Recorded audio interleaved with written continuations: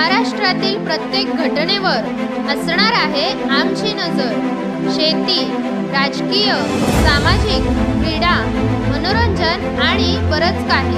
तुम्ही पाहताय शिवगर्जना न्यूज, आवाज सर्वसामान्य जनतेचा।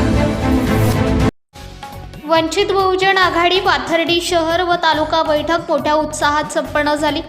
बुधवार दिनांक 2 जुलै 2025 रोजी पाथर्डी येथे राष्ट्रीय सदस्य तथा राज्य उपाध्यक्ष प्राध्यापक किसन चव्हाण यांच्या अध्यक्षतेखाली विश्रामगृह येथे संपन्न झाली।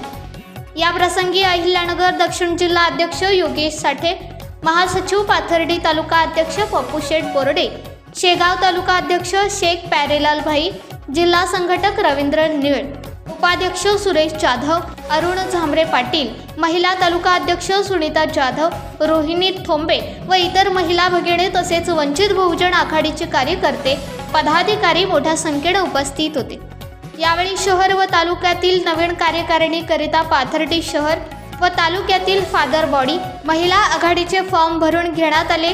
एकूण 140 फॉर्म फादर बॉडी युवक आघाडी महिला आघाडी करिता फॉर्म भरून देण्यात आले। या प्रसंगी राज्य उपाध्यक्ष प्राध्यापक किसन चव्हाण, जिल्हा अध्यक्ष योगेश साठे, तालुका अध्यक्ष पप्पू शेठ बोर्डे, तालुका महासचिव संजय कांबळे यांनी आपल्या प्रतिक्रिया व्यक्त केल्या। बैठकीसाठी मनसूरभाई पठाण, गोरख मस्के, शंकर शिरसाट, अरुण थोरात, सुनील जाधव, बाळासाहेब पंडागळे, महेंद्र राजगुरू, बाळदेव फुंदे, अनिल पवार, अनिताताई कांबळे, मीनाताई शिंदे यांच्यासह कार्यकर्ते मोठ्या संख्येने उपस्थित होते। या कार्यक्रमाचे सूत्रसंचालन आकाश शिंदे यांनी केले, तर सर्व उपस्थितांचे आभार संजय कांबळे यांनी व्यक्त केले।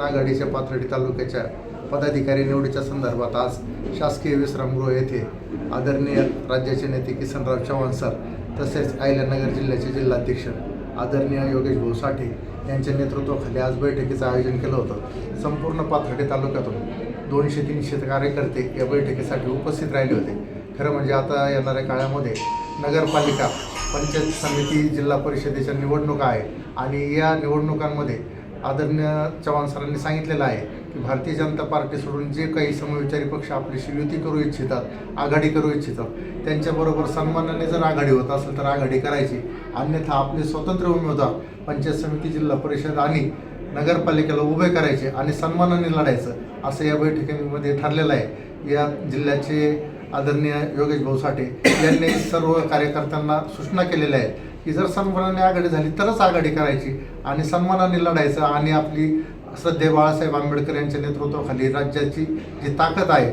ती आपण अहिल्यानगर जिल्ह्यात काय आहे, पाथर्डी तालुक्यात काय आहे ती दाखवून द्यायची, असं या बैठकीमध्ये ठरलेलं आहे। मोठ्या बहुसंख्येने या बैठकीसाठी सर्व कार्यकर्ते उपस्थित झाले। मी सर्वांचं या ठिकाणी स्वागत करतो आणि थांबतो। जय। ताज्या व ठळक घडामोडींसाठी चॅनलला सबस्क्राईब करा, व्हिडिओला लाईक करा, शेअर करा आणि सर्वात आधी बातमी पाहण्यासाठी बेल आयकॉन या बटनला दाबायला विसरू नका। धन्यवाद।